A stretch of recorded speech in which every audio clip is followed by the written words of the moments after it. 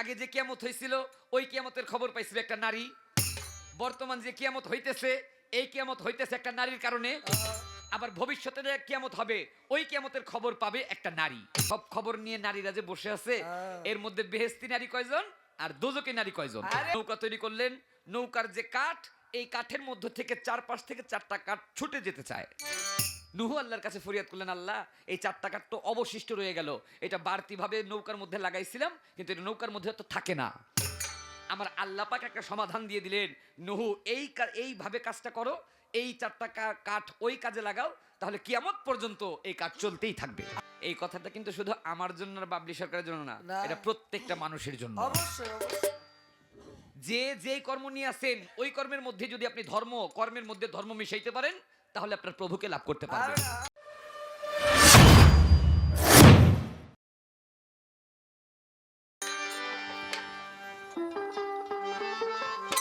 আরে বহুদিন পরে বাবা যা।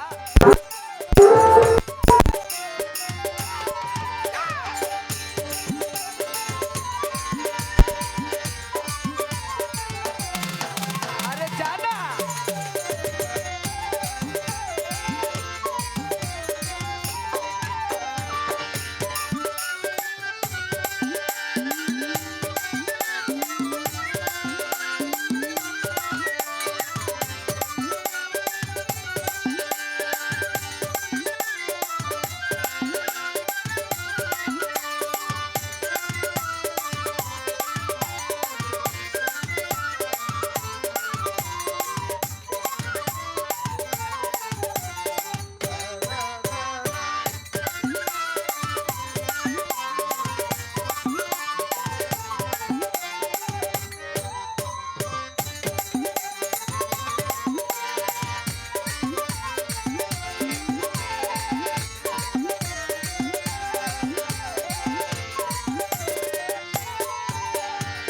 যারে যাবি যদি উড়ে যা,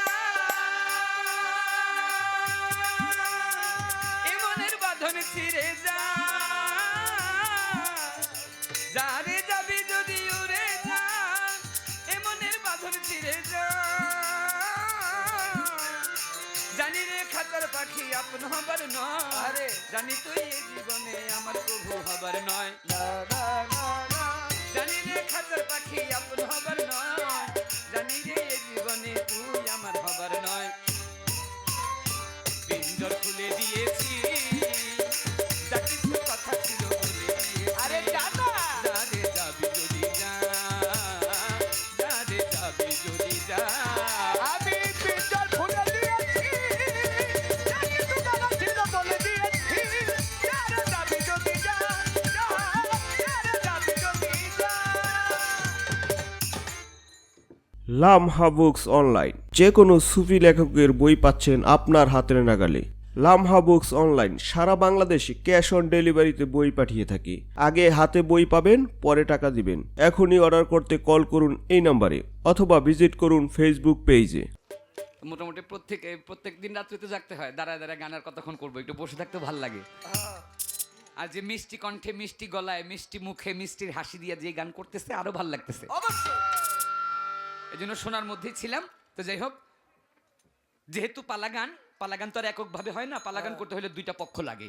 বাহ। আগে বিষয়টা বুঝতে হবে। আমরা এখন এই যে বাবলি সরকার প্রশ্ন করলেন, উনি প্রশ্ন করে বসলেন, আবার আমি দাঁড়াইলাম, আমি দাঁড়িয়ে গান করব, প্রশ্ন করব। এই যে পালাগান, একজন একজনকে প্রশ্ন করা, এই বিষয়টা হচ্ছে আমার দাদাজি যিনি আব্দুল খালেকদান সাহেব, এমন মুরব্বী অনেক আছেন যারা খালেকদান সাহেবের গান শুনছেন। এই আসরে এমন মুরব্বী আছেন যারা মালিকদান সাহেবের গানও শুনেছেন। আমার দাদাজি মালিকদান সাহেবের যিনি আব্বা হুজুর, আমার যিনি বড় বাবা আলফুদাওয়ান দরবেশ আলেপ চান শাহ। তো দরবেশ আলেপ চান শাহ তার ভক্তবৃন্দ বা তরিকত জগতের লোকজন যারা ছিলেন তাদের কাছে তিনি ঘুরতেন একাই।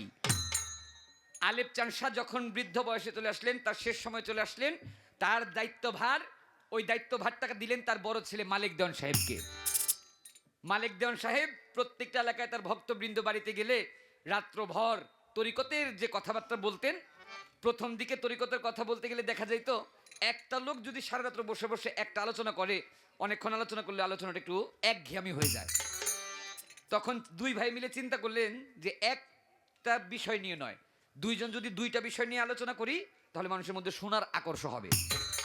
এই শোনার আকর্ষণটার জন্য যদি মালেক দেওয়ান সাহেব গুরুর ভূমিকা নিতেন, খালেক দেওয়ান সাহেব নিতেন শিষ্যের ভূমিকা। যদি মালেক দেওয়ান সাহেব মারিফতের কিছু কথা বলতেন, খালেক দেওয়ান সাহেব বলতেন শরীয়তের কিছু কথা। এই আসলো পালাগানের একটা বিষয়। শরীয়ত মারিফতে এরকমের পালাগান আস্তে আস্তে বিভক্ত হয়ে গেলেন। ওই গান করতে করতে করতে করতে খালেক দেওয়ান সাহেবের পরে যখন আমার আব্বা হুজুর মাখন দেওয়ান সাহেব আসলেন, এই পালাগানটা একটা রূপ নিলেন প্রশ্নবোধক চিহ্ন হিসেবে। মানুষের জানা বোঝার কিছু বিষয় আছে। সারা রাত্র গান গইলাম, বন্ধু তুমি আইলা না, আমার বাড়ি খাইলা না, খাইলা না ওই যে একটা গান আছে না, কোনটা? দেখলাম শুনলাম। আইলাম আর গেলাম। আচ্ছা, আলহামদুলিল্লাহ। আমাদের সুলেমান ভাই বললেন, মান্নান ফকির সাহেবের সুযোগ্য পুত্র সুলেমান ভাই বললেন যে একটা করে পালার গান হবে আর একটা হবে বিচ্ছেদ গান। যাই হোক, তো বিচ্ছেদ গান অবশ্যই গাওয়ার চেষ্টা করব। তো যে কয়েকজনই আছেন এখন, যে কয়েকজনই আছেন, আমি মনে মনে এইটা অবশ্যই ভেবে নিছি যারা আছেন এখন প্রকৃতপক্ষে বাউল গানের শ্রোতা। সারা রাত্র যেমনই কাটলো, একটু সময় কমপক্ষে আল্লাহর সান্নিধ্যে থেকে, আল্লাহকে হাজির নাজির, পুরে মুর্শিদকে হাজির নাজির রেখে একটু সময় ইবাদতের মধ্যে যেন গণ্য হয়, ওই সময়টুকু কাটাইতে চাই। আমার কাছে প্রশ্ন করেছেন দুইটা প্রশ্নের মধ্যে একটা প্রশ্ন হচ্ছে তার এই যে কিয়ামত, এই কিয়ামত আগেও হয়েছিল, কিয়ামত বর্তমানে হচ্ছে, কিয়ামত ভবিষ্যতেও হবে। Past tense, present tense, future tense, অতীতকাল, বর্তমানকাল, ভবিষ্যৎকাল। এই তিনটার মধ্যেই আগেও ছিলেন। আগে যে কিয়ামত হয়েছিল ওই কিয়ামতের খবর পাইছিল একটা নারী। বর্তমান যে কিয়ামত হইতেছে, এই কিয়ামত হইতেছে একটা নারীর কারণে। আবার ভবিষ্যতে যে কিয়ামত হবে ওই কিয়ামতের খবর পাবে একটা নারী। এই যে নারীরা সব খবর নিয়ে নারীরা যে বসে আছে, এর মধ্যে বেহেস্তি নারী কয়জন আর দোজকি নারী কয়জন? আরে আমি ধন্যবাদ জানাই বাবলি সরকারকে এই প্রশ্নটা করার জন্য। আমি যেটা কইতে চাইছিলাম আপনি তোরা বাউ কইরা দিছেন, আমার তাই তো। একেবারে জায়গা মতো আইনা দিছেন, তার জন্য ধন্যবাদ। দ্বিতীয় প্রশ্ন করলেন, আল্লাহর একজন পয়গাম্বর ছিলেন মুসা করিম, এই নূহ পয়গাম্বর। নূহ পয়গাম্বর আল্লাহর কাছে বললেন আল্লাহ কিয়ামত করে দেন। আল্লাহ কিয়ামত করলেন। সেই কিয়ামতের মধ্যে দেখা গেল নূহ নবীকে আল্লাহ পাক বললেন একটা কিস্তি বানাও। কিস্তি মানে নৌকা, একটা নৌকা তৈরি করো। নৌকা তৈরি করলেন। নৌকার যে কাঠ, এই কাঠের মধ্য থেকে 4 থেকে 4টা কাঠ ছুটে যেতে চায়। নূহ আল্লাহর কাছে ফরিয়াদ করলেন, আল্লাহ এই 4টা কাঠ তো অবশিষ্ট রয়ে গেল, এটা বাড়তিভাবে নৌকার মধ্যে লাগাইছিলাম কিন্তু এটা নৌকার মধ্যে তো থাকে না। আমার আল্লাহ পাক একটা সমাধান দিয়ে দিলেন, নূহ এইভাবে কাজটা করো, এই 4টা কাঠ ওই কাজে লাগাও, তাহলে কিয়ামত পর্যন্ত এই কাজ চলতেই থাকবে। আরে ওই 4টা কাঠ দিয়ে কি কাজ করছিলেন, এই হচ্ছে তার প্রশ্ন। 2টা প্রশ্নের উত্তর দেওয়ার চেষ্টা করব। তো খুব সুন্দর লাগছে সব কথার মধ্যে একটা কথা খুব ভালো লাগছে। একটা গান করছেন প্রথমেই, সেজেছ যেই সাজ করিও সেই কাজ, নইলে পাবে লাজ বিচারের দিনে। এই কথাটা কিন্তু শুধু আমার জন্য আর বাবলি সরকারের জন্য না, না। এটা প্রত্যেকটা মানুষের জন্য। অবশ্যই অবশ্যই। যে কর্ম নিয়ে আছেন ওই কর্মের মধ্যে যদি আপনি কর্মের মধ্যে ধর্ম মিশাইতে পারেন, তাহলে আপনার প্রভুকে লাভ করতে আরে পারবেন। না। যে মুচি, ওই মুচি যে জুতা শিলায়, ওর জুতো শিলের মধ্যেও কিন্তু একটা কায়দা কানুন আছে। প্রত্যেকটা জিনিস একটা কায়দা আছে। তো চেষ্টা করবো তার প্রত্যেকটা কথার জবাব দেওয়ার জন্য। আগে একটা পালা থেকে কিয়ামতের পক্ষ থেকে একটা গান গাই, গানের কথাগুলো একটু লক্ষ্য করবেন। হ্যাঁ আমি বলবো কি শুনবে কে, বুঝবে কি রে ধুন্দা। আমি বলবো কি শুনবে কে, বুঝবে কি রে ধুন্দা। আমি বলবো কি শুনবে কে, বুঝবে কি রে ধুন্দা। এই দুনিয়া মায়ার জালে বান্ধা, এই দুনিয়া মায়ার জালে বান্ধা। আমি বলবো কি শুনবে কে, বুঝবে কি রে ধুন্দা। আমি বলবো কি বুঝবে কে, শুনবে কি রে ধুন্দা। এই দুনিয়া মায়ার জালে বাঁধা, ওরে দুনিয়া মায়ার জালে বাঁধা। বহুরূপী রূপ বাজারে, তারা রূপ দেখাইয়া বানে মারে। বহুরূপী রং বাজারে, খাইয়া পানে মারে। বহুরূপী রং বাজারে, মন থাকে না মনের ঘরে। বহুরূপী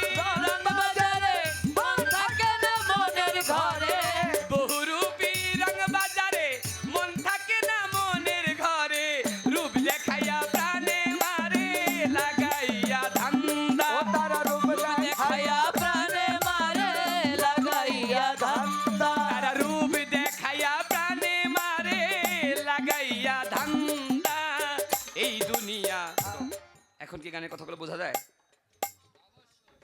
রূপ দেখাইয়া প্রাণে মারে লাগাইয়া ধান্দা, ও তারা রূপ দেখাইয়া প্রাণে মারে লাগাইয়া ধান্দা, ওরে রূপ দেখাইয়া প্রাণে মারে লাগাইয়া ধান্দা, এই দুনিয়া মায়ার জালে বান্ধা, এই দুনিয়া মায়ার জালে বান্ধা, আমি বলবো কি শুনবে কে বুঝবে কি রে ধুন্দা, আমি বলবো কি শুনবে কে বুঝবে কি রে ধুন্দা, এ দুনিয়া মায়ার জালে বান্ধা, ওরে দুনিয়া মায়ার জালে বান্ধা।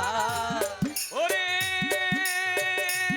তোমার আগে ছাড়ো মায়াপুরি দিবি যদি ভব বাড়ি, আগে ছাড়ো মায়াপুরী দিবি যদি ভব পারি, আগে ছাড়ো মায়াপুরি,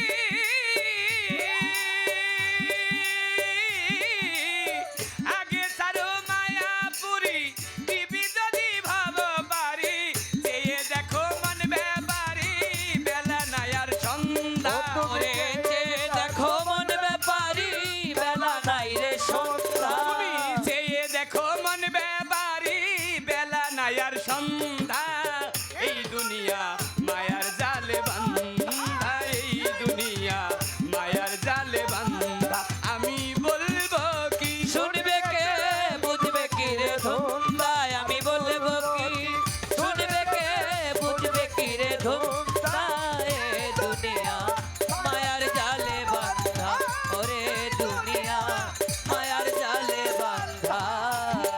আবার যে করেছে মায়ার সাধন সে হইল পুরুষ রতন, যে করেছে মায়ার সাধন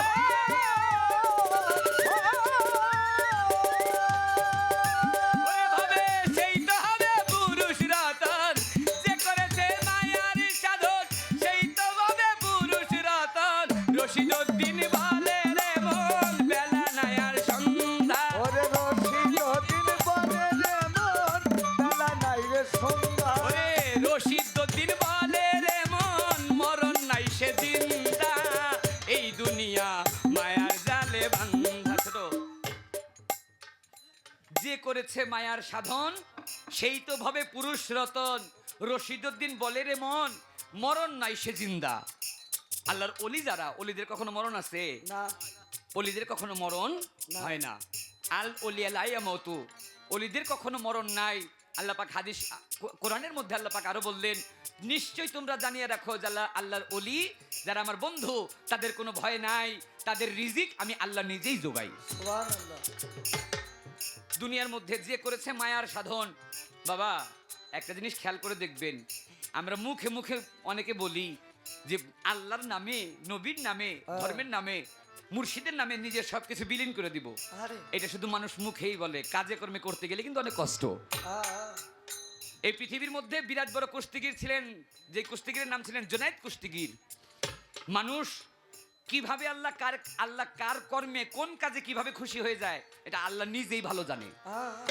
কুস্তি করতেন এই জুনায়েদ বাগদাদের মধ্যে ছিলেন বিরাট বড় কুস্তিগির। এখন বর্তমানে আমরা রেসলিং খেলা দেখি, দেহযুদ্ধ। এই কুস্তি করতে গিয়ে জুনায়েদ বাগদাদি কামলিয়াত আউলিয়াতি হাসিল করে ফেলছিলেন। জুনায়েদ যখন বাগদাদের মধ্যে কুস্তি করেন, দেশ বিদেশ থেকে কিতাব বর্ণনা করেন জুনায়েদ পালোয়ানের ওজন ছিলেন 3 মণ। আর এই 3 মণের পালোয়ান কায়দা করে এমন ভাবে একটা কুস্তির কায়দা জানতেন, ওর যদি 9 মণের পালোয়ানরেও ধরতেন ওর কায়দার সাথে পালোয়ান হাইরা যাইতেন। এত ভালো কুস্তির কায়দা জানতেন। দেশ বিদেশের যত কুস্তিগির ছিলেন সবাইরে তিনি কুস্তি করে হারাইয়া দিছে। সব কুস্তিগির যখন হাইরা গেছে, বাগদাদের যে বাদশা, এই বাদশা ঢোল পিটাই দিলেন, এই আমি 1000 স্বর্ণ মুদ্রা বিলীন করব, 1000 স্বর্ণ মুদ্রা তারে পুরস্কার করব যদি কেউ আমার জুনায়েদের সাথে কুস্তি করে পারো। ভাই ভাইটা শীষ মারতেছে, তোমাকে বলতেছি কোনটা বেশি দেখো। বাসি কত? বাসি বেশি, ওটা তো একবারে স্পিকার বরাবর, হর্ন বরাবর। কম রাখো এটা। হ্যাঁ, শীষটা জন্য আমার এটা খেয়াল রাখবা। দেখো কথা বলে জুনায়েদ কুস্তিগিরের জন্য বাদশা ঢোল পিটিয়ে দিলেন যে আমার জোনায়েদের সাথে যদি কুস্তি করে কেউ পারো তার আমি 1000 স্বর্ণ মুদ্রা দিব। হ্যাঁ ওই সভার মধ্যে যত বড় বড় কুস্তিগির ছিলেন কেউ ভয়ের চোটে হাত তুলে না। বাবারে বাবা, জোনায়েদ কুস্তিগির, ওর সাথে কুস্তি করে পারা যায় না। কেউ হাত তুলে না। বাদশাহ এদিক সেদিক তাকায়, কেউ নাই, কেউ জোনায়েদের সাথে কুস্তি করার সাহস নাই। হঠাৎ করে একটা লোক হাত তুলছে। যে লোক হাত তুলছে সবাই ওর দিকে তাকায় দেখে জোনায়েদের ওজন হচ্ছে 3 মণ, তার স্বাস্থ্যগ্রস্ত ভালো। আর যেই লোকটা হাত তুলছে ওর শরীরের মধ্যে মনে হয় 6 টাক মাত্র মাংস ওর শরীরে নাই। 6 টাক মাত্র মাংস শরীরে নাই, হাড় চামড়ায় লেগে গেছে, একদম রুস্ক শুষ্ক একটা মানুষ। ও যখন হাত তুলে দাঁড়াইছে, মানুষ কয়, এই বেটা তোর কি মরণের ভয় নাই? হ্যাঁ তোর মধ্যে মরণের ভয় নাই? জোনায়েদের সাথে কুস্তি করার জন্য হাত তুলছস, তুই কি পারবি? তুই তো জোনায়েদের একটা চাপা খেয়ে মরে যাবি।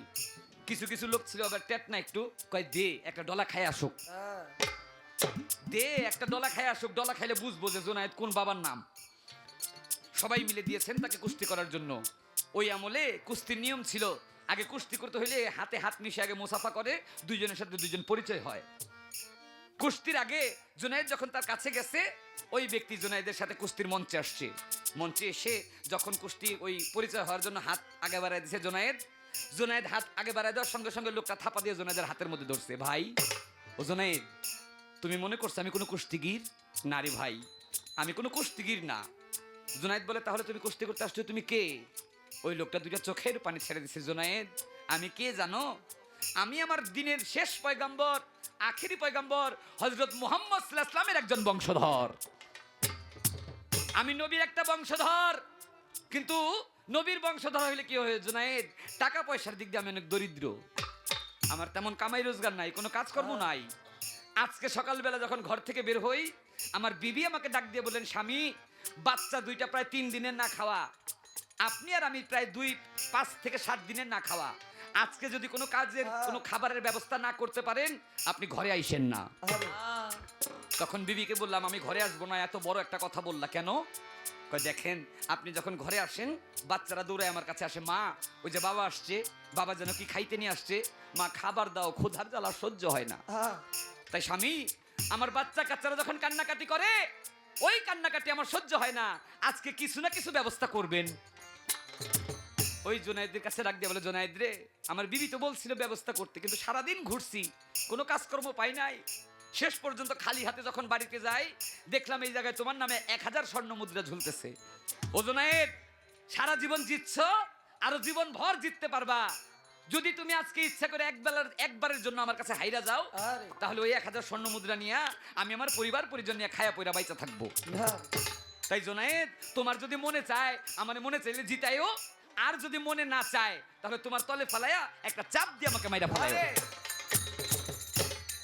এই কথা বলে যখন কুস্তির ময়দানে গেছেন, যখনই বলছে নবীর বংশধর, নবীর বংশধর কথাটা শুনেই জুনায়েদের মন বিগলিত হয়ে গেছে। আহা, আমার নবীর বংশধর, দিনের নবী যিনি আখেরি পয়গম্বর হবেন তার বংশধর। আমার নবীর বংশধরকে আমি কোনোদিন নিচে ফেলতে পারি না, আমার নবীর বংশকে আমি বুকের মধ্যেই রাখবো। জোনায়েদ কাউরে বুঝতে দিলেন না।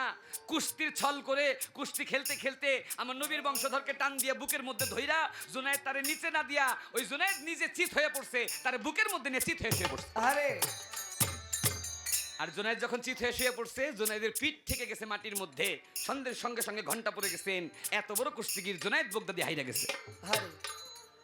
জোনায়েদ হাইরা গেছে, নবীর বংশধর ওই 1000 স্বর্ণ মুদ্রা নিয়ে বেঁচে রইলেন। আর ওই জোনায়েদ কুস্তিগিরের যত লোকজন ছিলেন সবাই মিলে জোনায়েদকে গালাগালি করতে লাগলেন, এই জোনায়েদ, তোমার আজকে সারা জীবন বইরা তোমার দল করি, তোমার সাপোর্ট করি, আর আজকে তুমি একেবারে সবার নাকে মুখে চুনকালি লাগাই দিছো। এইরকম একটা লোকের সাথে হাইরা গেলা। সবাই মিলে গালাগালি করে। আর জোনায়েদ মানুষের গালাগালি সহ্য করে নিজের বাড়িতে গেছে। বাড়িতে গিয়ে চুপচাপ মন খারাপ করে তিনি ঘুমিয়ে আছেন। মধ্যরাত্রে বেলা আমার নবী রুহানি অবস্থায় চলে আসছেন। এই জোনায়েদ, জোনায়েদ রে, তুই তো আমার বংশধরকে বুকের মধ্যে রাখোস নাই, তুই আমি মুহাম্মদকেই তোর বুকের মধ্যে রাখিস। যা, আমি মুহাম্মদ তোকে বেলায়েত প্রদান করে দিলাম। ওই দিন থেকে জোনায়েদ আর কুস্তিগির রইলেন না, জোনায়েদ আল্লাহর ওলি হয়ে গেলেন। সুবহানাল্লাহ, আল্লাহর ওলি হয়ে গেছে। এবার আর কুস্তি করে না, এখন দেশে দেশে গিয়া তিনি ওয়াজ নসিহত করেন। মানুষকে ভালোর পথ চেনান, ভালো কথা বলেন, ভালো ওয়াজ করেন। যেই দেশের মধ্যে জোনায়েদ ওয়াজ করতে যায়, মানুষ 1 দিন 2 দিন 5 দিন 7 দিন 10 দিন 15 দিন পর্যন্ত মানুষ এক বসায় বসে থাকে, বাড়ি ঘরের কাজকর্ম পর্যন্ত ভুলে যায় এই জোনায়েদের ওয়াজ শুনতে। এত ভালো ওয়াজ করেন জোনায়েদ। জোনায়েদ ওয়াজ করতে গেছে এক এলাকায়, ওই এলাকায় ওয়াজ করতে গিয়া একাধারে 3 দিন পার, যত মানুষজন ছিলেন বসছে তো বসছেই, ওয়াজের মঞ্চ থেকে কেউ আর বাইরে যায় না, এত মধুর ওয়াজ। আর এলাকার যে বাদশা, ওই এলাকার বাদশা ডাক দিছে তার সেনাপতিকে, সেনাপতির নাম ছিলেন শিবলি। সেনাপতিকে ডাক দিয়ে বলে, সেনাপতি তোমাকে একটা ডিউটি দেই। কয় কি ডিউটি? কয় আমার এলাকার মধ্যে আসছে একটা মুসলমান ফকির, ওই মুসলমান ফকির এমন ওয়াজ করতেছেন, ওর ওয়াজের কারণে 4 5 7 দিন পর্যন্ত লোক বৈশা থাকে, তুমি কি ওই মুসলমান ফকিরটাকে গ্রেফতার করে নিয়ে আসবা? শিবলি কয় যথাজ্ঞা জাহাপানা। বাদশার হুকুম নিয়া সেনাপতি তার সাথে কয়েকটা সৈন্য নিছে, কয়েকটা সৈন্য সামন্ত নিয়া তিনি ঘোড়া নিয়ে চলে গেছেন ওই জোনায়েদ বগদাদিকে গ্রেফতার করার জন্য। যেই জায়গার মধ্যে জোনায়েদ ওয়াজ করতেছে, ওয়াজের কাছে গিয়া শিবলি মনে মনে চিন্তা করে যে যেই জোনায়েদকে আমি গ্রেফতার করব, যেই কথার জন্য তারা গ্রেফতার করবো, আসলে লোকটা কি বলে, লোকটা ভালো কথা বলে না খারাপ কথা বলে, তারা গ্রেফতার করব কোন কারণে এটাকে জেনে নেই। এই কি কারণে তার গ্রেফতার করব এটা শুনতে গিয়া ওই ঘোড়ার মধ্যে বৈশা বৈশা 3 দিন পার হয়ে গেছে, ওয়াজ শুনতেছে। ঘোড়ার পিঠের মধ্যে বৈশা 3 দিন পার। 3 দিন পরে যখন জোনায়েদ ওর ওয়াজ শেষ করছে, ওয়াজ শেষ করে জোনায়েদ যখন তার ঝোলা নিয়ে হাসতে হাইটা যায়, এমন সময় ওই শিবলির জ্ঞান ফিরছে। জ্ঞান ফিরা পিছের দিকে তাকায় দেখে পিছের সৈন্য সামন্ত যা ছিল সব বাড়িতে গেছে, জোনায়েদ একাই রইছে। ঘোড়ার থেকে নামছে, ঘোড়ার থেকে নাইমা হাঁটতে হাঁটতে গেছে জোনায়েদের কাছে গিয়ে বলে, বাবা আপনি এত আল্লাহ রাসূলের কথা বলেন, আমি আপনার কাছে মুরিদ হইতে চাই, আপনি আমারে মুরিদ করতে পারেন? আর এই কথা শুনে জোনায়েদ ডাক দিয়ে তার দিকে তাকায় দেখে তার গায়ের মধ্যে সেনাপতির পোশাক। জোনায়েদ কুস্তিগির ডাক দিয়ে বলে, জোনায়েদ বগদাদি ডাক দিয়ে বলে, বাবা রে আপনার শরীরের মধ্যে গায়ের মধ্যে দেখা যায় সেনাপতির পোশাক, এত দামি পোশাক আলা লোক সেনাপতি, এত বড় সেনাপতিরে আমি কোনোদিন মুরিদ করি না। আমি মুরিদ করলে করি সাধারণ মানুষ রে, যেই ব্যক্তির কিছু নাই তারে আমি মুরিদ করি, এত বড় সেনাপতিরে মুরিদ করি না। শিবলি কয় তাহলে আমার একটু সময় দেন। জান আপনার সময় দিলাম। শিবলি সময় নিয়ে চলে গেছে দৌড়ে বাদশার দরবারে। বাদশা ডাক দিয়ে কয়, জোনায়েদ এই শিবলি ওই জোনায়েদ ফকিরে গ্রেফতার করে আনছো? শিবলি ডাক দিয়ে কয়, তারে গ্রেফতার করুন দূরের কথা, এই লোন আপনার পোশাক, আপনার সেনাপতিটা আপনার কাছে রাখেন, আমি আপনার চাকরি করুম না। সেনাপতির চাকরি ছেড়ে দিছে। সেনাপতির চাকরি ছেড়ে এইবার চলে আসছে জোনায়েদের কাছে, বাবা এইবার তো গায়ের মধ্যে আর সেনাপতির পোশাক নাই, এখন সাধারণ পোশাক, এখন তার আমি সেনাপতি না, চাকরি ছেড়ে দিছি, এইবার আপনি আমার মুরিদ করেন। শিবলিকে জোনায়েদ ডাক দিয়ে কয়, বাবা ওই বাদশার চাকরি নিলে ছেড়ে দিছো, এই দুনিয়ার একটা চাকরি আছে না, দুনিয়ার একটা চাকরি আছে, তুমি বিয়ে করছো, তোমার বিবির কিছু কর্তব্য তোমার প্রতি আছে, তোমার বিবির প্রতি তোমার কিছু দায়িত্ব আছে, তোমার সন্তানাদি হয়েছে, সন্তানের প্রতি তোমার কিছু কর্তব্য আছে, তোমার বাবা মা আছে, বাবা মার কিছু কর্তব্য আছে, তোমার মাথার মধ্যে কত ঝামেলা, এত ঝামেলাওয়ালা এত দায়িত্বওয়ালা লোকের আমি বায়াত করি না।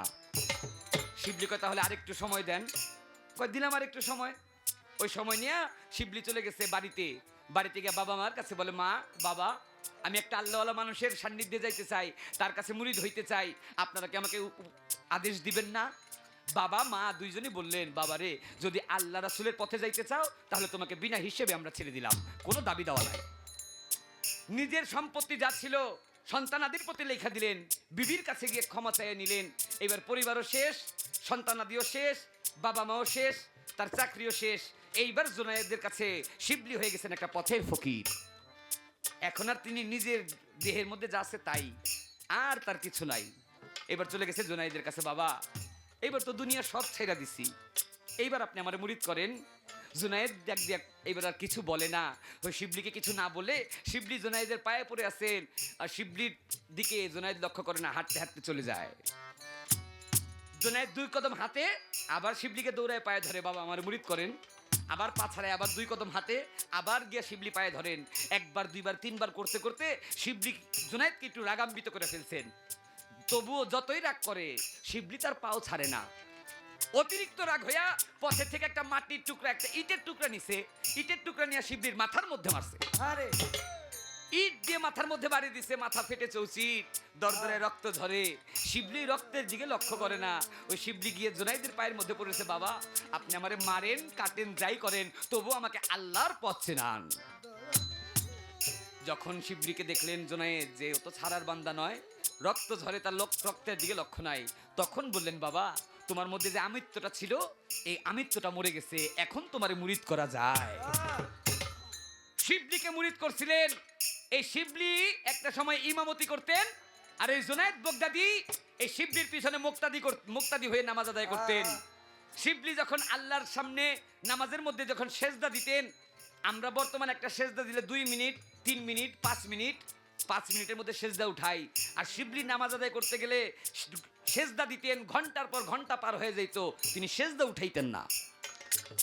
একদিন নামাজ শেষে জুনাইদ ডাক দিয়ে বলে, বাবা তুমি যে নামাজ আদায় করতে গেলে সেজদা দাও, এই সেজদা দিয়েই থাকো, এতক্ষণ সেজদা রাখো কেন, সেজদা উঠাইতে চাও না? শিবলি ডাক দিয়ে কয়, দয়াল আমি একবার সেজদা দিলে আমার তো সেজদা উঠাইতে মনে চায় না। কয় সেজদা উঠাইতে মনে চায় না কেন? শিবলি ডাক দিয়ে বলে তার মুর্শিদের কাছে, দয়াল আমি যখন আল্লাহর কুদরতি পায়ে সেজদা দেই, আমার মনে চায় না আমি সেই পা থেকে আমার মাথাটাকে আলাদা করি। সুবহানাল্লাহ, সুবহানাল্লাহ। এত বড় আল্লাহর ওলি হয়ে গেছিলেন। এই মায়াপুরি যে ছাড়তে পারে, যে সংসার মায়া দুনিয়ার মায়া যে ছাড়তে পারে, সেই আল্লাহকে পাইতে পারে। আরে তাই যে করেছে মায়ার সাধন, সেই তো ভাবে পুরুষ রতন। যে করেছে মায়ার সাধন, সেই তো বলে পুরুষের জালে বাঁধা। এই দুনিয়া মায়ার জালে বাঁধা। আমি বলবো কি শুনবে কে, বুঝবে কি রে ধুন্দা, আমি বলবো কি শুনবে কে বুঝবে কি রে ধুন্দা। আমি বলবো কি শুনবে কে, বুঝবে কি রে ধুন্দা। এই দুনিয়া মায়ার জালে বান্ধা, এই দুনিয়া মায়ার জালে বান্ধা। হিংসা করো দূর মানুষ, নিন্দা করো দূর, দম ফুরাইলে যাইতে হবে আজিমপুর। হিংসা করো দূর মানুষ, নিন্দা করো দূর, দম ফুরাইলে যাইতে হবে আজিমপুর। হিংসা করো দূর মানুষ, কামনা করো দূর, দম ফুরাইলে যাইতে হবে আজিমপুর। যেইভাবে আমার কাছে করে জিজ্ঞাসন, ওরে যেইভাবে এইভাবে আমার কাছে করে জিজ্ঞাসা। আমি ভুলি নাই কথা করিব পুরন। আমি ভুলি নাই ভুলি নাই কথা করিব পুরাণ। ওরে এই দুনিয়ায় পূর্বেও বাবা কিয়ামত হইল, এই দুনিয়া পূর্বে বাবা কিয়ামত হইল। আবার কিয়ামত হবে জিজ্ঞাসা করিল। ওই আবার কিয়ামত হবে জিজ্ঞাসা করিল। বর্তমান কিয়ামত হচ্ছে আমরা জানতে পাই, বর্তমান কিয়ামত আছে আমরা জানতে পাই। ওরে সব কিয়ামত নারীর কাছে কেন রে ভাই? ওরে সব কিয়ামত নারীর কাছে কেন রে ভাই? তার কথায় আমি এইবার করিব ভাঙচুর। আমি তার কথা এবার আমি করিব ভাঙচুর। আমি কানন দেওয়ান আমার বাড়ি বা মনসুর। ওরে আমি কেন দেওয়ান আমার বাড়ি বামন সুর। ওরে আমি কানন দেওয়ান আমার বাড়ি বা মনসুর, দম ফুরাইলে যাইতে হবে আজিমপুর। ওরে হিংসা করো দূর রে ভাই, বাপনা করো দূর, দম ফুরাইলে যাইতে হবে আজিমপুর। ওরে হিংসা করো দূর রে ভাই, বাপনা করো দূর, দম ফুরাইলে যাইতে হবে আজিমপুর। এই দুনিয়ায় আল্লাহর একজন পয়গাম্বর যে ছিল, নূহ পয়গাম্বর নাম হাদিসে আসিল। নূহ পয়গাম্বরের 4টা সন্তান যে ছিল, তার কথায় আছে ছোট। আল্লাহর পয়গাম্বর ছিল নূহ পয়গাম্বর। এই পৃথিবীর মধ্যে একবার দুইবার নয়, একবার হয়েছিল লূত নবীর আমলে। বর্তমান যেটাকে বলে লোহিত সাগর, যেই জায়গাটার মধ্যে লোহিত সাগর, এই জায়গাটার মধ্যে একটা সময় সাগর ছিলেন না, এই জায়গাটা ছিল মরুভূমির মতো। সেখানে আল্লাহর একজন পয়গাম্বর ছিলেন, যার নাম ছিলেন লূত পয়গাম্বর। এই লূত পয়গাম্বরের আমলে একটা খারাপ কর্ম হইতো, সেই খারাপ কর্মটা হচ্ছে পুরুষে পুরুষে জিনা, যেটা মানুষের জন্য হারাম। এই লূত পয়গাম্বরের আমলে পুরুষে পুরুষে জিনা হইতো। এই জন্য লূত পয়গাম্বর আল্লাহর কাছে ফরিয়াদ করলেন, আল্লাহ গো আমার এলাকার মধ্যে মানুষ যেই পাপাচারে লিপ্ত হয়ে গেছে এদেরকে আপনি একটা ব্যবস্থা করেন। আল্লাহ বললেন, লূত তুমি চিন্তা করিও না, আমি আমার জিব্রাইলকে পাঠাইলাম। জিব্রাইলকে আল্লাহ হুকুম দিলেন, জিব্রাইল তোমার যে পাখা, তোমার দুইটা পাখার মধ্যে থেকে একটা পাখা দিয়া এই লোহিত এই লূত পয়গম্বরের জায়গাটাকে একটা বাড়ি দাও। জিব্রাইলের হাতে জিব্রাইলের যে পাখা, জিব্রাইল তার একটা পাখা দিয়ে একটা বাড়ি দিছিলেন, আর একটা পাখার বাড়িতে ওই মরুভূমির জায়গাটা সাগরের মধ্যে পরিণত হয়ে গেছেন। এলাকার যত পাপী ছিলেন সব পাপীরা ধ্বংস হয়ে গেছিলেন। একবার হয়েছিলেন উজারিয়া পয়গম্বরের আমলে। উজারিয়া নামক একজন নবী ছিলেন, তার ওই উজারিয়া পয়গম্বরের আমলে একটা কিয়ামত হয়েছিল। আরেকটা হয়েছিল লূত পয়গম্বরের আমলে।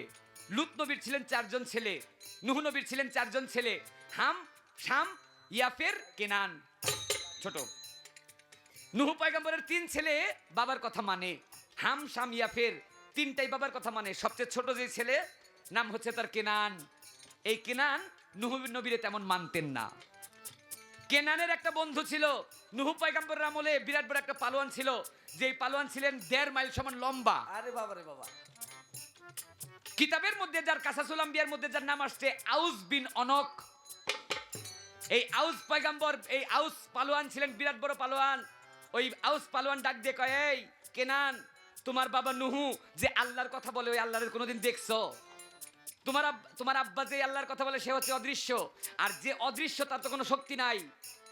আমি তোমার বন্ধু, এই দুনিয়ায় তোমারে কেউ কিছু করবে, যে তোমার বিরুদ্ধে যাবে আমি একটা পাড়া দিব, একটা পাড়ার চড়ে তার মাটিতে গেড়ে ফেলবো, এত শক্তি আমার। তাই তুমি আমার পক্ষে থাকো। নূহ নবীর ছেলে নূহ নবীর পক্ষ ছেড়ে চলে গেলেন ওই বন্ধু আউস বিন অনকের পক্ষে। একদিন আউস বিন অনক কয়, তোর বাবারে মেরে ফেল। কয় কিভাবে?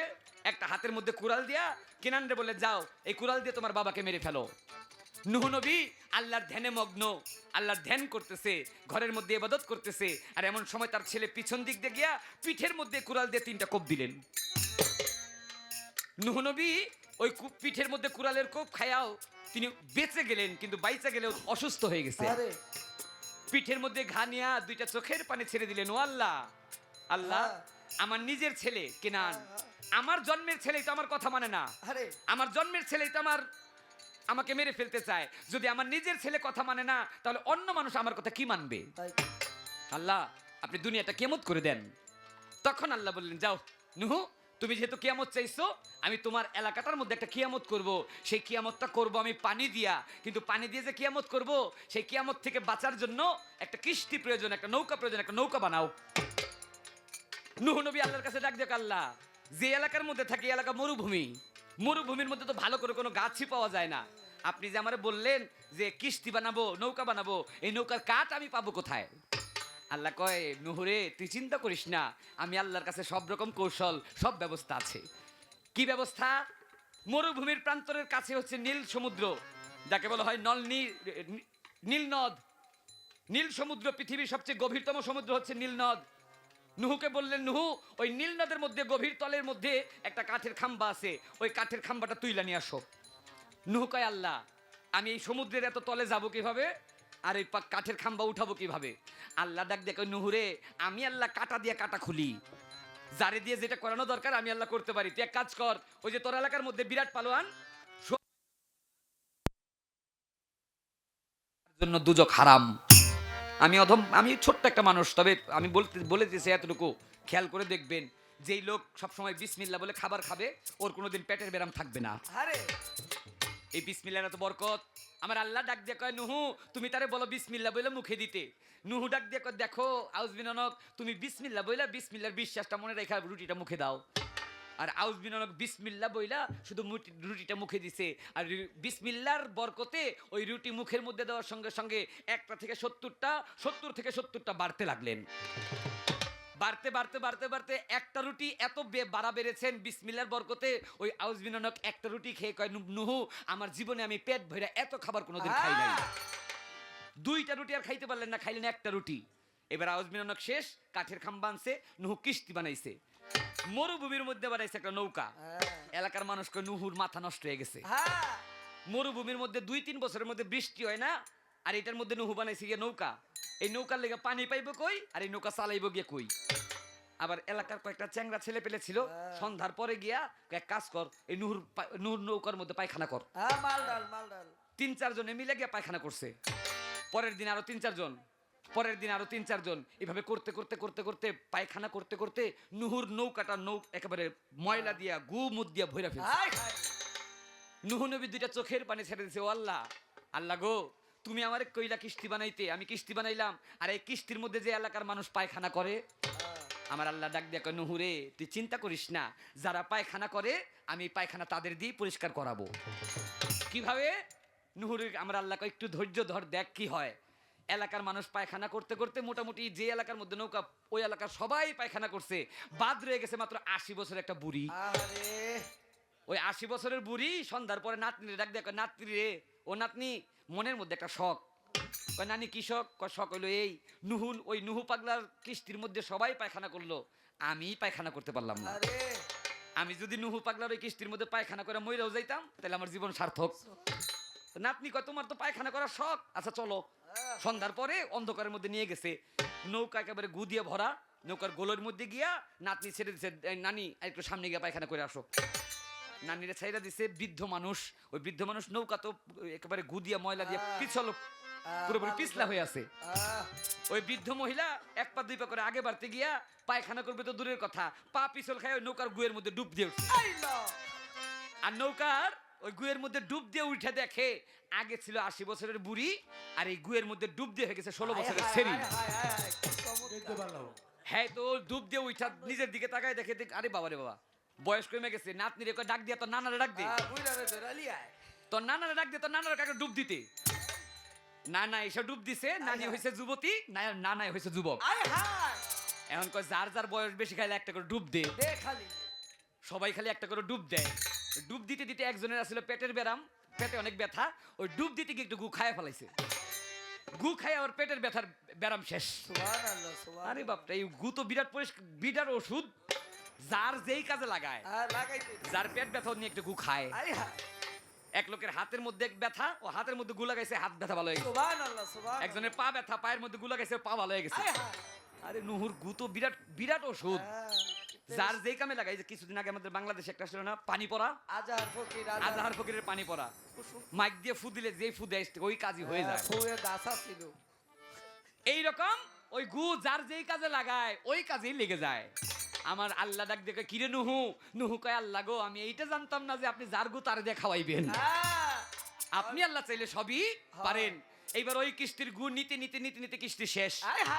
এক লোক আসছে 15 মাইল দূর থেকে, কয় ভাই আমি 15 মাইল দূর থেকে আসছি, আমার একটু গু দেন। কারে মিয়া গু নিবা, গু তো নাই। কয় গু না থাকলে পানি ঢাইলা একটু ধুয়ে দেন। ওই পানি ঢাইলা ওইটা আবার ধুইয়া নিয়ে যায়। এইভাবে ধুইতে ধুইতে কিস্তি 7 বার ধোয়া দিলেন। 7 বার ধোয়া দিলেন, কিস্তি পবিত্র হয়ে গেলেন, একেবারে পরিষ্কার। এইবার আমার আল্লাহ ডাক দেখে, নুহু এইবার এক কাজ করো, এইবার দেখবা যে কোনো দিন আমি আল্লাহ পৃথিবীতে কিয়ামত করব। আল্লাহর কাছে নুহু বলে, আল্লাহ কিয়ামত করবেন কিভাবে? আমার আল্লাহ বললেন, নুহুরে কিয়ামত করব, তুমি জেনে রাখো, মাটির তল দিয়া পানি উঠবে, আকাশের থেকে বৃষ্টিও পানি ধরবে। নুহু পয়গম্বর গিয়ে তার বিবি ইবনে জামিলা, এই বিনতে জামিলার কাছে গিয়ে বললেন, জামিলা তুমি শুনিয়ে রাখো, এই দুনিয়ার মধ্যে আল্লাহ পাক কিয়ামত করবে পানি দিয়া। নুহু নবীর স্ত্রী সকালবেলা ঘুম থেকে উঠে চলে গেছেন চুলার পারে, চুলার মধ্যে রুটি বানাবে। রুটি বানানোর জন্য চুলার মধ্যে আগুন দেয়, কিন্তু চুলার মধ্যে আগুন দিয়ে দেখে যে জায়গার মধ্যে আগুন জ্বলবে ওই জায়গায় আগুন না জ্বলে চুলার ভিতর থেকে বগলায় পানি উঠতে লাগলেন। নুহু নবী বুঝে ফেললেন যে কিয়ামতের সময় চলে আসছে। নুহু নবী জোড়ায় জোড়ায় সবাইকে, যারা তার উম্মত, এই উম্মতকে কিস্তির মধ্যে উঠাইতে লাগলেন। নুহু নবী তার বিবিকে বললেন, বিবি আল্লাহ পাককে পৃথিবী কিয়ামত করে দিবে, আপনি চলেন। আর নুহু নবীর বিবি ডাক দিয়ে কয়েন, মরুভূমির মধ্যে একটু পানি, এই পানি দেখে আপনি কোন কিয়ামত হইব? আমি আপনার সাথে যাব না। নুহু নবীর বিবিও তার সাথে গেলেন না। ওই পানির মধ্যে তার বিবিও, আল্লাহর কুদরতে তার বিবিও মারা গেলেন পানিতে। নুহু নবীর কথা যারা মানলেন সবাই গিয়ে কিস্তির মধ্যে উঠলেন। ওই যে নুহুর যে ছোট ছেলে কেনান, ওই কেনানদের ডাক দিয়ে নুহু ডাক দিয়ে বলে, কেনান নৌকার মধ্যে ওঠ। কেনান কয়, আমার কোনো চিন্তা নাই, আমার বন্ধু 100 মাইল লম্বা, দুনিয়ার মধ্যে যত পানি হোক আমি গিয়ে বন্ধুর কান্দের মধ্যে চলে থাকবো, আমার আর পায় কি? নুহু বলতে লাগলেন, না হারে কেনান, কথা শুনলি না? কেনান ওঠ। কেনান ওঠে না, কেনান ওঠ, উঠে না। আবার ডাক দিয়ে এবার রাগের মাথায় নুহু বলে ফেললেন, আরে শয়তান ওঠ। নুহুর কথা শুনে কেনান তো উঠলো না, শয়তান গিয়ে লাফ দিয়ে উঠছে। নুহু শয়তানকে দেখে কয়, আপনি কেন? কয়, হুজুর আপনি না আমার ডাক দিলেন, একটু আগে না আপনি ডাক দিলেন, শয়তান ওঠ। আমি উঠছি। সবার সাথে শয়তানও চলে আসলেন এই নৌকার মধ্যে। নিচের দিক দিয়ে পানি, উপর দিক দিয়ে বৃষ্টি, এই পৃথিবীটা আল্লাহ তাআলা ফেলেন পানি দিয়া। যত বড় 100 মাইল লম্বা পালোয়ান ছিলেন, ওই পালোয়ানও পানির তলে পড়ে মারা গেলেন। একাধারে 2.5 মাস পর্যন্ত কিয়ামত হইলেন। 2.5 মাস পরে জুদি নামক একটা পাহাড়ের মধ্যে গিয়ে এই নৌকা থামলেন। জুদি নামক পাহাড়ের মধ্যে গিয়ে যখন নৌকা থামলেন, নূহ পয়গম্বর এবার কি করলেন, কিছু কবুতর ছেড়ে দিলেন। এই কবুতর গিয়া ওই মাটির মধ্যে থেকে যখন ঠোকরা ঠোকরা দানা খাইতে লাগলেন, তখন নূহ বুঝলেন মাটি শক্ত হয়ে গেছে, এখন এই নৌকা থেকে নামা যায়। ওই নৌকার থেকে নামলেন। এই নৌকা থেকে নাইমাই সর্বপ্রথম নূহ চিন্তা করলেন, ওই এলাকার মধ্যে একটা বৃদ্ধ মহিলা ছিলেন। মহিলার বয়স প্রায় 80। ওই বৃদ্ধ রমণী নূহকে মানতেন। নূহকে বলেছিলেন, নূহ, আল্লাহ পাক যেদিন কিয়ামত করবে ওই দিন আপনার কিস্তির মধ্যে আপনি আমার উঠাই নিয়েন। নূহ তাড়াহুড়া করতে গিয়ে ওই বৃদ্ধা মহিলার কথা ভুলে গেছিলেন। নূহ নৌকা থেকে নেমেই মনে মনে চিন্তা করে, হারে আমার যে উম্মত মহিলা যে আমাকে বলছিলেন কিস্তিতে নিতে, আমি তো তারা নিতে ভুলে গেছি, একটু দেখি মহিলা কেমন আছে। ওই মহিলার বাড়ির দিকে গেছে। বাড়ির দিকে গিয়া নূহ দেখে ওই মহিলা কিয়ামতের কোনো আলামতি পায় নাই। সে কিয়ামতের কোনো আলামতি পায় নাই, তার এখানে কোনো পানি উঠে নেই, সে উঠান ঝাড়ু দিতেছে। নূহ আস্তে আস্তে সামনে গেছে। ওই মহিলা উঠান ঝাড়ু রাইখা বাদ দিয়া নূহর দিকে তাকায়, কয়, নূহ নবী, কিয়ামত কবে হবে? আর নূহ নবীকে কিয়ামত কবে হবে মানে, কিয়ামত তো হইয়া শেষ হয়ে গেছে। কিয়ামত হইয়া শেষ হয়ে গেছে, তুমি টের পাও নাই? আমার আল্লাহ পাক ডাক দিয়ে বলে, নূহ, ও আমি আল্লাহর বান্দা, ও আমি আল্লাহকে বিশ্বাস করতো, আমি আল্লাহ যে কিয়ামত করবো এটা বিশ্বাস করতো। এই জন্য তুমি তাকে নৌকায় নিতে ভুললেও আমি আল্লাহ তারে ভুলি নাই। আল্লাহ তার কুদরতের মাধ্যমে আসমানের মধ্যে মহিলাকে নিয়ে রেখেছিলেন। এই নূহ নবীর বিবি জানতেন এই কিয়ামতের খবর, কিন্তু তিনি বিশ্বাস করেন নাই। বিশ্বাস না করাতে সে হবে জাহান্নামী। 1 নাম্বার। 2 নাম্বার, বর্তমান যে কিয়ামত হইতেছে, আস্তে রাখ বাবা, বর্তমান যে কিয়ামত হইতেছে কথাটা বলছিলাম গত আসরে। বর্তমান সমাজে এমন অবস্থা, আমার যুবক ভাই যারা আছে, যারা বিয়ে শাদী করছে, যেদিন বিয়ের দিন বাসর রাত্র, বাসর ঘরের দিন খালি বারবার পশ্চিম দিকে তাকায়। কোন সময় সূর্য ডুববো? তুই কবি, তুই কহ। ও মনে মনে চিন্তা করে যে কতক্ষণে সূর্যটা ডুববে, আরে সূর্যটা ডুবলে গিয়ে কিয়ামত কইরা ফালামু। কিন্তু দেখা যায় মাস 6 গেলে গিয়ে মোটামুটি চাপা টাপা ভিতরে ভেঙ্গা টেঙ্গা শেষ, একেবারে নিজে কিয়ামত হয়ে যায়। কেন হয়ে যায়? এইটা হওয়ার পিছনে কিন্তু একটা কারণ আছে। কারণটা হচ্ছে এইরকম, কবিত্বের ভাষায় যদি বলি, বিদ্যা শিক্ষা না করতেই আগে করছো বিয়া, এবার বিনা টাকায় গোলাম খাটো গাইডের টাকা দিয়া।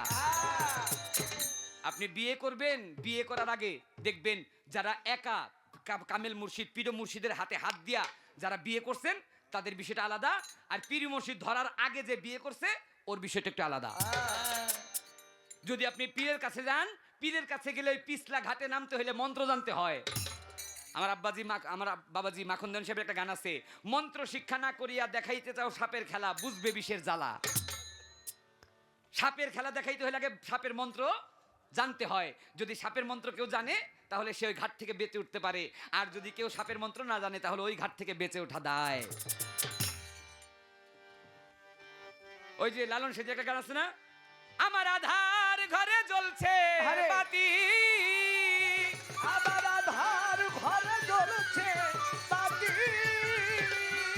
ওরে আধার ঘরে জ্বলছে বাতি দিবারাতি, নাই সেখানে মনের মানুষ যেখানে, কি সন্ধানে যাই সেখানে আমি, কি সন্ধানে যাই সেখানে মনের মানুষ যেখানে। ওই আমার আধার ঘরে জ্বলছে বাতি, ওই আমার আধার ঘরে জ্বলছে বাতি দিবারাতি, নাই সেখানে মন দিবারাতি, নাই সেখানে মনের মানুষ যেখানে, কি সন্ধানে যাই সেখানে আমি, কি সন্ধানে যাই সেখানে মনের মানুষ যেখানে। ওরে রসিক যারা জানে তারা পারি দিতে ওই টিভিনে, আরে ও ভোলা মন, রসিক যারা জানে তারা পারি দিতে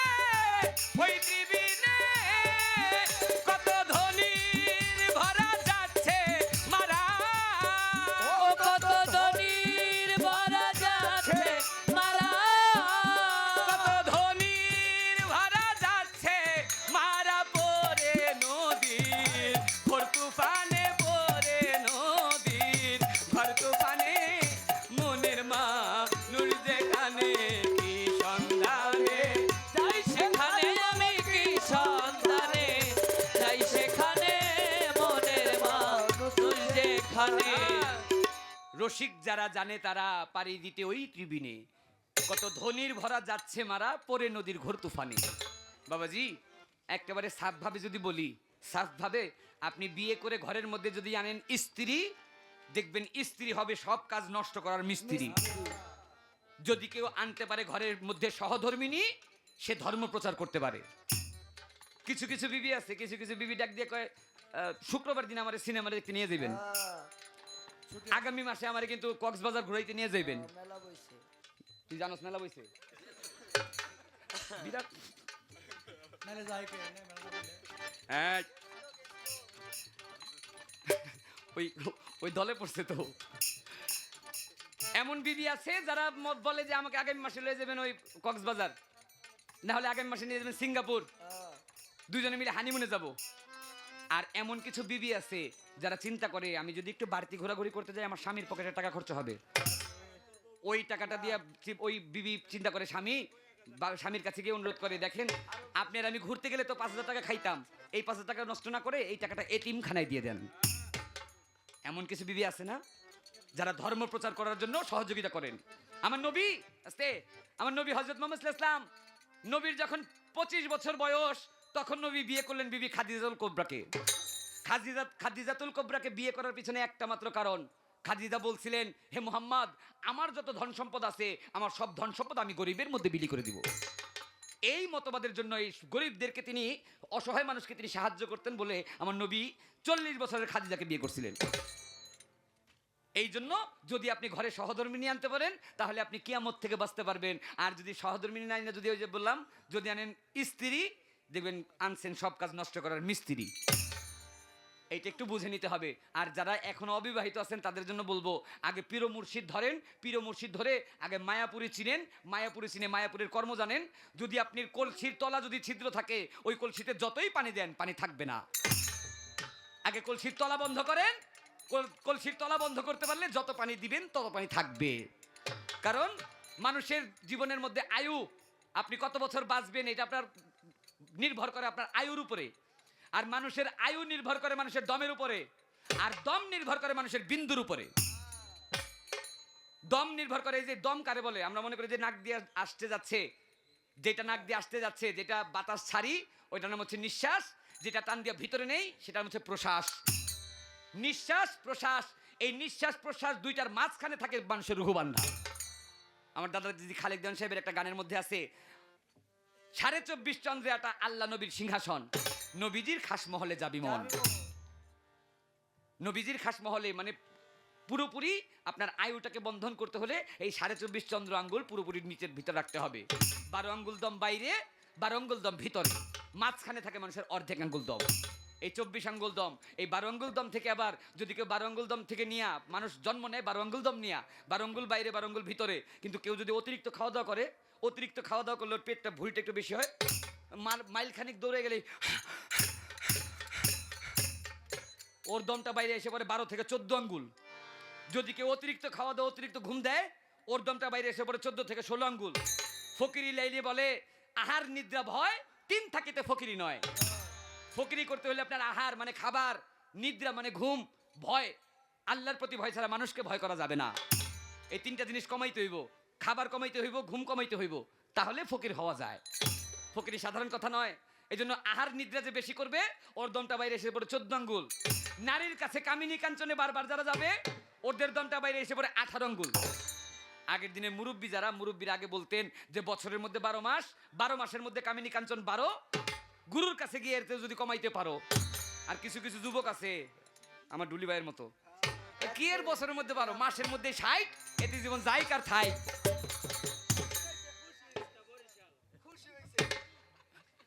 যারা এরকম মাসের মধ্যে 60 গুনবে ওদের দমটা বাইরে আসতে থাকবে। এই আবার এই দমটারে বেলুনের মতো নিজের ভিতরে ভরা যায়। ময়মনসিংহের কবি জালালউদ্দিন খাঁ একটা গানের মধ্যে বলছেন, রেচক পুরক কুম্ভক, রেচক পুরক কুম্ভকেতে লুপ্ত করো কাম্বিকার, প্রাণায়াম অভ্যাস করো সাধন পথে মন আমার। এই প্রাণায়াম অভ্যাস করতে পারলে দমটারে ভিতরে ভরতে পারে। এক আঙ্গুল দম ভিতরে ভরতে পারলে তার স্বপ্ন সত্য হবে। দুই আঙ্গুল দম ভিতরে ভরতে পারলে যুগল মূর্তি ধারণ হবে। তিন আঙ্গুল দম ভরতে পারলে ত্রিবেণী জয় হয়ে যাবে। চার আঙ্গুল দম ভরতে পারলে চতুর্দল কুণ্ডলিনী হয়। পাঁচ আঙ্গুল দম ভরতে পারলে পাঁচ আত্মার খবর জানে। ছয় আঙ্গুল দম ভরতে পারলে ছয়টা রিপু বসে থাকে।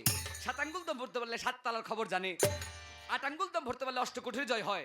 নয় আঙ্গুল দম ভরতে পারলে নববিধা ভক্তি বাড়ে। দশ আঙ্গুল দম ভরতে পারলে দেহের 10টা ইন্দ্রিয় জয় হয়। 11 আঙ্গুল দম ভরতে পারলে পানির মধ্যে চলে। যে জন পুরোপুরি 12 আঙ্গুল দম ভিতরে লয়, ওলিয়া উলিয়ার মতো তার থাকে না জন্ম মরণের ভয়। জন্ম মরণের ভয় কেটে যাবে যদি আপনি 12 আঙ্গুল দম খাইতে পারেন। তাই যদি কেউ ওই রকম সহধর্মিনী নেয় তাহলে দম সাধনা করে তার আয়ু বাড়াইতে পারে। আর যদি ওই রকম না করতে পারেন আপনি ওখানে গিয়ে কিয়ামত হইতেই থাকবেন। সেইটাও একটা নারীর জন্য। এই নারীর জন্য যদি কিয়ামত হন, যেই নারীর জন্য পুরুষ কিয়ামত হবে ওই নারী অবশ্যই জাহান্নামী। আর যে চিন্তামণি নারী, ওই চিন্তামণি নারী যদি আপনি ঘরে আনতে পারেন তাহলে তার দ্বারা আপনার আয়ুও বাড়বে। ওই চিন্তামণি নারী হবে বেহেশতি, আপনি হবেন বেহেশতি। আরেকটা কিয়ামত সামনে আছে ভাই, ওই কিয়ামতের কথাই আমি কিছু বলতে চাই। আছে সামনে একটা কিয়ামত হবে, ওই যে বলছে মহরম চাঁদের 10 তারিখ শুক্রবার দিন মাগরিবের রক্তে। কিন্তু তার আগেও কিছু নমুনা, কিছু আকার ইঙ্গিত আছে। তার আগে আকার ইঙ্গিতের মধ্যে একটা আকার হচ্ছে কিয়ামতের আগে একজন ব্যক্তি আসবেন। আমার নবী হযরত মুহাম্মদ সাল্লাল্লাহু আলাইহি ওয়াসাল্লাম হচ্ছেন খাতিমুন নবী। নবীর পরে আর কোনোদিন নবী হবেন না। তবে কিয়ামতের আগে একজন ব্যক্তি হবেন যে নবুয়তের মতো পাওয়ার তিনি পাবেন, যার নাম হবেন ইমাম মেহেদী। এই ইমাম মেহেদী দুনিয়াতে আবির্ভাব হবে কেন? ইমাম মেহেদী আসবে এই জন্য, দুনিয়ার মতো একটা খান্নাস আসবে, যেই খান্নাসের নাম হচ্ছে কানে দজ্জাল। কেউ বলে কানা দজ্জাল, কেউ বলে খানে দজ্জাল। যে খানে দজ্জালের একটা চোখ হবে লেপা পোছা, একটা চোখ হবে আঙুরের দানার মতো। তার হাতের মধ্যে থাকবে মুসা নবীর মতো একটা লাঠি। এই লাঠির মধ্যে এত পাওয়ার, তিনি 200 বছরের পুরনো কবরের মধ্যে লাঠি দিয়ে বাড়ি দিলে ওই কবরের থেকে জিন্দা হয়ে যাবে লাশ। খানে দজ্জাল আসবে এক হাতে বেহেশত, এক হাতে দুজক নিয়া। মানুষকে বলবে তোমরা কি চাও, বেহেশত চাও না দুজক চাও? যে খানে দজ্জালের দলে গিয়ে বেহেশত চাইলো প্রকৃতপক্ষে সেই হবে জাহান্নামী। আর যে খানে দজ্জালের কাছে গেল না সেই ব্যক্তি হবে জান্নাতি। এই খানে দজ্জাল দুনিয়াতে আসার পরে খানে দজ্জালকে মারার জন্য আসবে ইমাম মেহেদী। ইমাম মেহেদী দুনিয়াতে আসবে, কিন্তু ইমাম মেহেদী একা খানে দজ্জালকে মারতে পারবে না। ইমাম মেহেদী একে একে 3 বার খানে দজ্জালকে মারবে, আবার খানে দজ্জাল জিন্দা হয়ে যাবে। তখন এই খানে দজ্জালকে মারার জন্য আল্লাহর একটা পয়গাম্বর আসমান থেকে নাইমা আসবে। হাদিস বুখারী তার প্রমাণ করেন যে এই পয়গাম্বরের নাম হচ্ছেন ঈসা পয়গাম্বর। ঈসা নবী 2টা ফেরেশতার কাঁধে ভর করে এই দুনিয়ার মধ্যে আসবেন। ইমাম মেহেদী আর ঈসা পয়গাম্বর দুইজনে মিলে এই খানে দজ্জালকে কতল করবেন। খানে দজ্জালকে হত্যা করার পরে আবার ধর্ম প্রতিষ্ঠিত হবে। আবার ধর্ম প্রতিষ্ঠিত হয়ে আস্তে আস্তে যখন ইমানদার কমে যাবে, যখন দুনিয়া থেকে ঈমান উঠে যাবে, তখন দুনিয়াটা কিয়ামত হবে। এই পৃথিবীর মধ্যে এই শেষ কিয়ামতের খবরও পাবেন কে? শেষ কিয়ামতের খবর পাবেন যিনি হচ্ছেন এই ইমাম মেহেদীর বিবি। ইমাম মেহেদীর বিবি খবর পাবে কিভাবে? ইমাম মেহেদীর বিবির রাতের মধ্যে প্রত্যেক রাতে তাহাজ্জুদ নামাজ পড়ার একটা অভ্যাস থাকবে। এই ইমাম মেহেদীর বিবি উঠা রাত্রেবেলা মধ্যরাত্রে ঘুম থেকে উঠা তাহাজ্জুদের নামাজ পড়বে। তাহাজ্জুদের নামাজ পড়ে আবার তিনি ঘুমাবে, ঘুম থেকে উঠে দেখবে রাত্র শেষ হয় নাই। আবার তিনি তাহাজ্জুদের নামাজ পড়বে, পয়লা ঘুমাবে, দেখবে রাত শেষ হয় নাই। একে একে 40 বার তাহাজ্জুদের নামাজ পড়বে। এই জন্য হাদিস বর্ণনা করছেন যে কিয়ামত যেদিন হবেন তার আগের রাত্রটা হবে 40টা রাত্রের সমান। আর 40টা রাত্রের সমান হওয়ার কারণ আছে বাবা। কারণটা হচ্ছে আমাদের বাংলাদেশে যেই সময় মাগরিবে এই যে একটু পরে ফজর ওয়াক্তের আজান দিবে, খবর সমাধা করার মতো কিন্তু কায়দা নারীর কাছে নাই। খবরটা সমাধান করার মতো কায়দাটা নারীর কাছে নাই, সেটা একটা পুরুষের হাতেই থেকে যায়। এই তো তাহার একটি কথা করিলাম ভাঙচুর, আর একটি কথা করিলাম ভাঙচুর। আরেক কথা জিজ্ঞেস করে করিয়ে দেব দূর। আরেক কথা জিজ্ঞেস করে দিব দূর। ওই যে নূহ নবীর কিস্তি, এই নূহ নবীর কিস্তির মধ্যে 4টা কাঠ বেশি অতিরিক্ত থেকে যায়। একবার বানাইলেন 4টা কাঠ থাকে, আবার কায়দা কানুন করে কাঠ লাগায় কিন্তু কাঠ খুলে পড়ে যায়। আল্লাহর কাছে নূহ পয়গম্বর ফরিয়াদ করলেন, হে আল্লাহ আমি কাঠগুলো দিয়ে কি করব? আমার আল্লাহ বললেন, নূহ তুমি মনে রাখো এই পৃথিবীর মধ্যে যতগুলো পয়গম্বর আছে সব পয়গম্বরের যিনি প্রধান, সব পয়গম্বরের যিনি সর্দার, যিনি আখেরি পয়গম্বর হযরত মুহাম্মদ সাল্লাল্লাহু আলাইহি ওয়াসাল্লাম, আমি আমার নবীর জন্য রাখবো 4টা তরিকা, নবীকে দিব 4 জন সাহাবা, নবীর জন্য আনবো কোরআন। এই কোরআনের মধ্যে সাদকা থাকবে 4টা। এই 4টা সাদকার নামে 4টা কাঠ লিখো।